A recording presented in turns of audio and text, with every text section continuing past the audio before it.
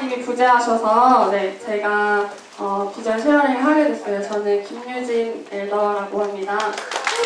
그래서 오늘 같이 오늘 말씀부터 읽고 제목을 읽어볼게요. 말씀 룻기 1장 6절에서 14절 말씀인데요. 저부터 이렇게 교독할게요.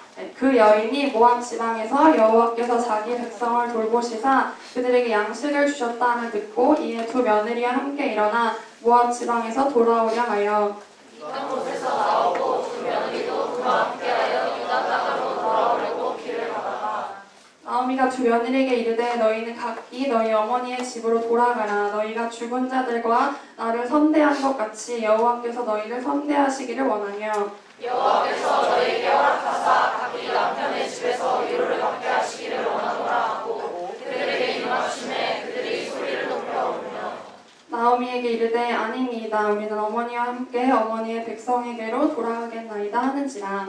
나오미가 이르되 내 딸들아 돌아가라. 너희가 어찌 나와 함께 가려느냐. 내 중에 너희의 남편들 아들들이 아직 있느냐. 내 딸들아 되돌아가라. 나는 늙었으니 남편을 두지 못할지라. 가령 내가 소망이 있다고 말한다든지 오늘 밤에 남편을 두어 아들들을 낳는다 하더라도 너희가 어찌 그들이 자라기를 기다리겠으며 어찌 남편 없이 지내겠다고 결심하겠느냐. 내 딸들아 그렇지 아니하니라. 여호와의 손이 나를 치셨으므로 나는 너희로 말미암아 더워하노라. 같이 읽을게요. 그들이 소리를 높여 다시 울더니 오르락은 그의 시어머니에게 입맞추되 룻은 그를 붙쫓았더라. 아멘.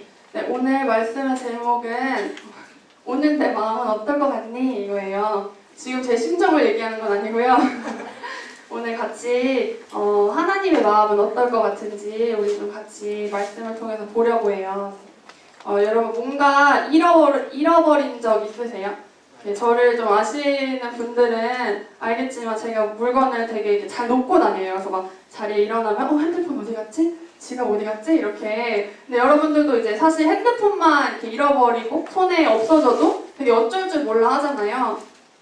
근데 여러분 4월 달에 몇 년 전에 이제 되게 마음 아픈 일이 일어났잖아요. 다들 뭔지 아시죠? 그래서 저는 그 세월호 사건이 일어나고 매년 4월에 그 날마다 이제 광화문에 가서 이제 아무리 사실 함께 해도 똑같이 아파할 수 없지만 그래도 이제 기억하려고 하고 있어요. 근데 그러던 중에 제가 접한 책이 하나 있었는데 세월호 희생자 중 단원고 학생이었던 혜경 양의 어머니가 직접 쓴 시집이 너에게 그리움을 보낸다라는 책인데 그 책이었어요. 그래서 혜경이가 떠난 지 1년이 되고 이제 혜경이 부모님이 이제 세월호가 가라앉았던 그 맹골 수도를 갔어요.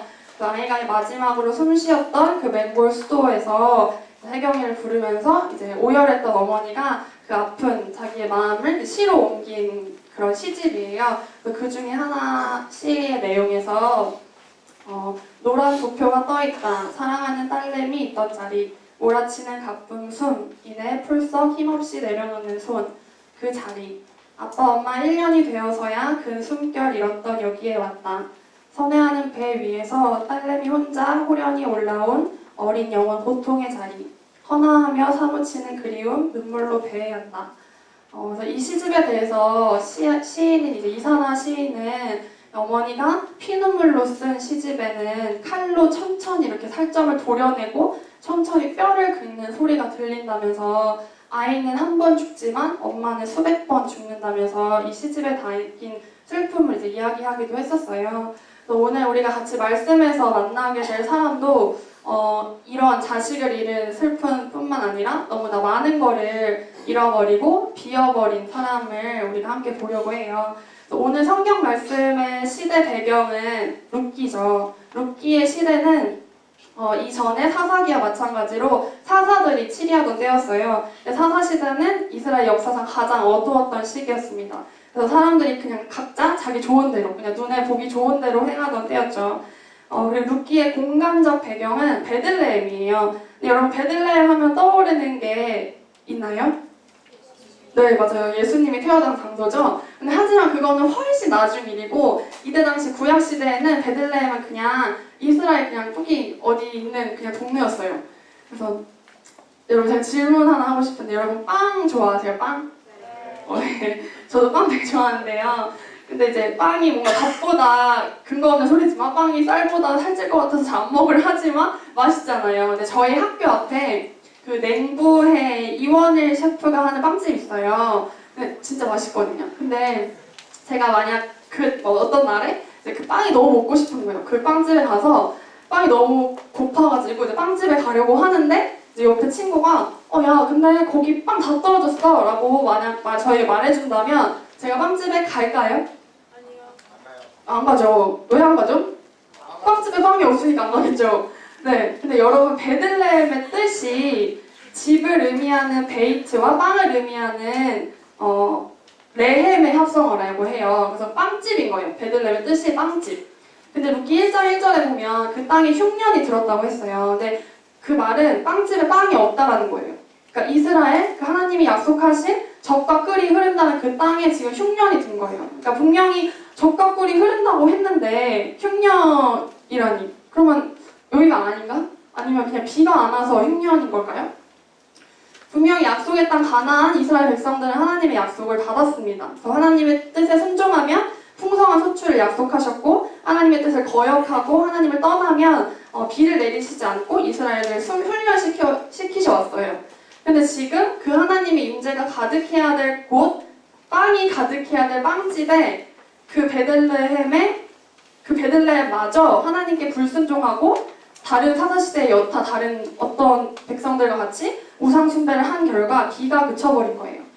근데 이렇게 빵집에 빵이 없으니까 막 바닥이 이렇게 쩍쩍 갈라지고 막 그런 땅을 보면서 이제 오늘 그 1절에서 5절에 이제 그 가정이 나오잖아요. 그 가정의 가장이 엘리멜렉이었어요. 근데 그 엘리멜렉이 가뭄이 드니까 이제 가뭄을 잠깐 피할 생각으로 모압 땅으로 이주를 하게 돼요. 근데 잠깐 가려고 했겠죠? 근데 잠깐이 아니라 거기 아예 그냥 눌러 앉아버리게 되었어요. 그래서 엘리멜렉이 근데 그럼에도 약속의 땅이 있었어야 됐다.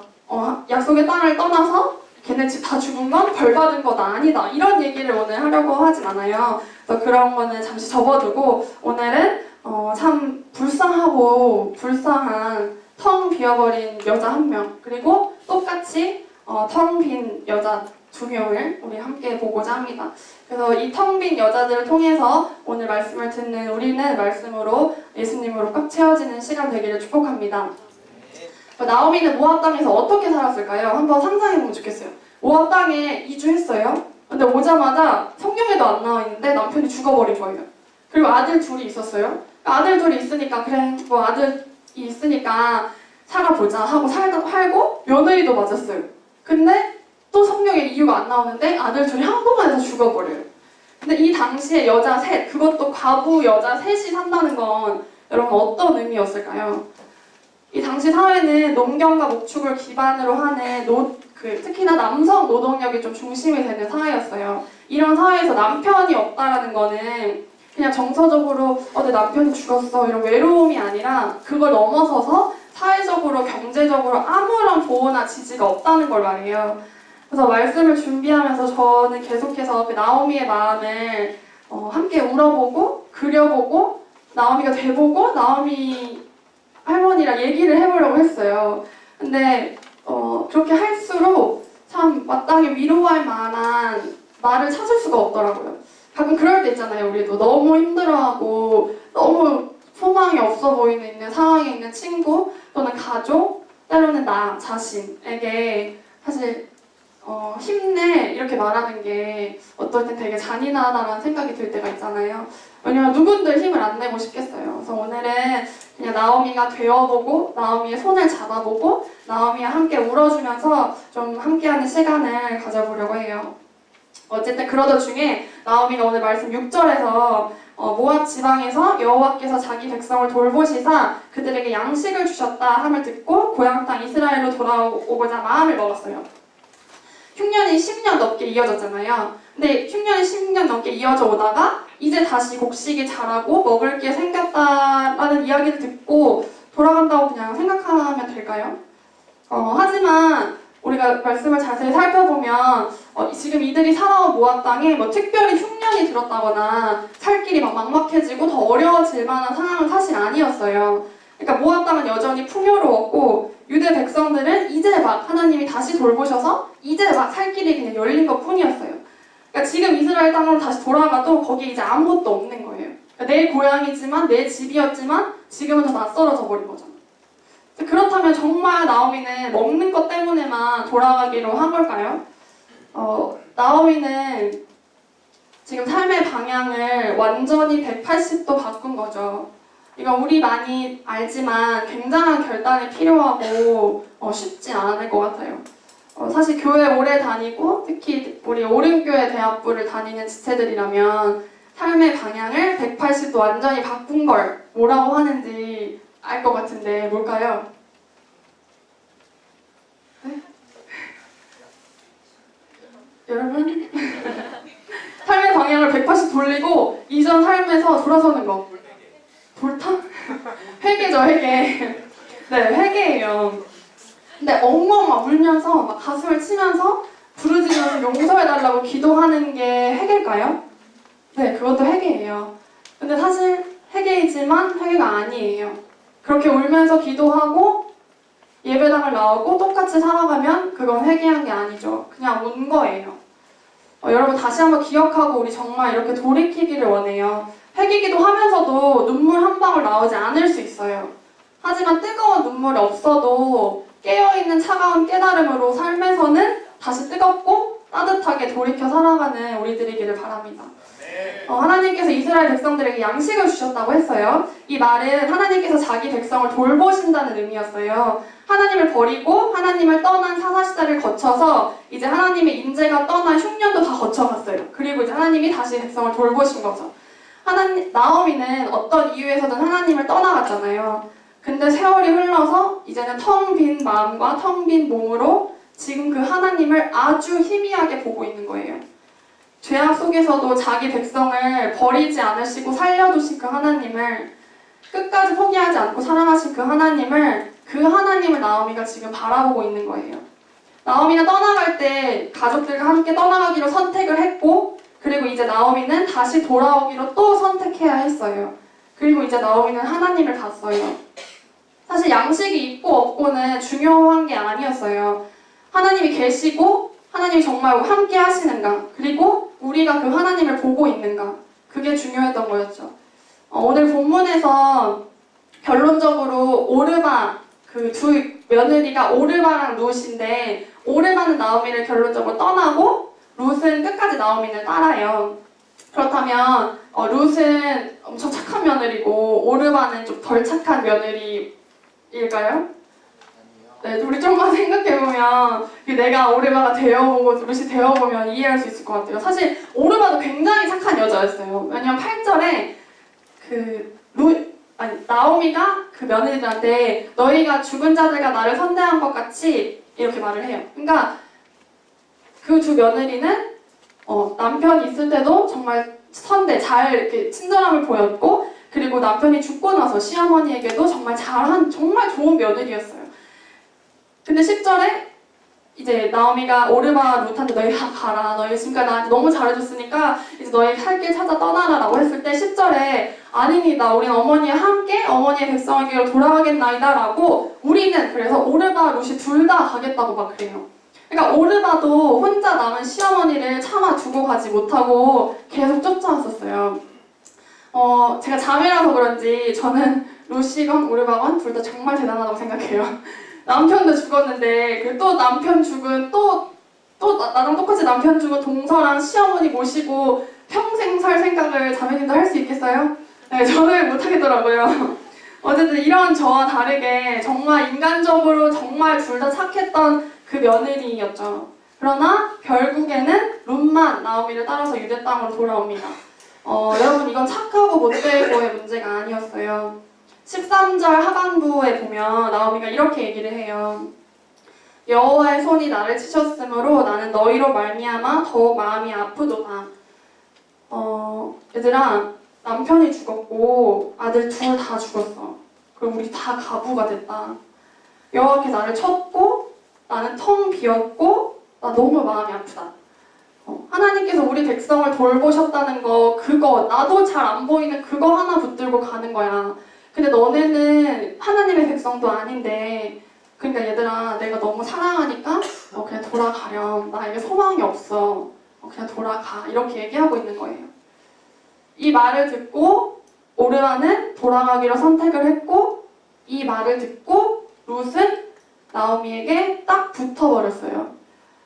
NIV의 영어 성경에 보면 룻이 나오미를 따랐다 할 때 그 따랐다가 팔로우가 아니라 완전 그 접착하다, 들러붙다 이거에 그 클링을 쓰고 있더라고요. 근데 어떻게 소망이 없다라는 걸 듣고도 떠나지 않고 오히려 더 이렇게 찰싹 둘러붙기로 선택할 수 있었을까요? 이 장면도 상상해 보면 좋겠어요. 아, 나에겐 소망이 없어. 나도 소망이 없고, 아, 너네를 보면 더 마음이 아파. 이렇게 막 정말 힘이 없이 그렇게 소망이 없는 시어머니를 보면서 오히려 룻이 우는 거예요. 같이 가요, 어머니. 나 떠나라고 하지 마세요 하면서 엉엉 울고 있는 거예요. 룻은 소망이 없는 중에 뭔가를 본 거예요. 뭔가. 뭔지 모르겠지만 뭔가 더 좋은 거, 잘 안 보이지만 분명하게 더 좋은 것을 룻은 보았던 거죠. 나오미도 텅 빈 여자였지만 룻도 텅 빈 여자였어요. 텅 빈 마음 하나가 하나님을 보았어요. 여전히 사랑하시고 여전히 자기 백성을 버리시지 않는 하나님을 그 텅 빈 마음 하나가 본 거예요. 그리고 또 하나의 텅 빈 마음, 가난한 마음, 갈급한 마음, 하나님을 찾는 그 목마른 마음이 그 옆에서 하나님을 같이 찾은 거예요. 그리고 하나님을 본 거죠. 여러분은 어떤 거를 찾고 계신가요? 어떤 걸 보고 계신가요? 우리의 마음은 어떤가요? 우리 마음은 너무 꽉 차 있진 않은가요? 주님이 채우실 만한 부분이 없을 만큼 다른 것들로 채워져 있진 않은지 우리가 이 시간 우리 마음을 들여다보면 좋겠어요. 근데 그게 꼭 어떤 세상적인 것만은 아닐 것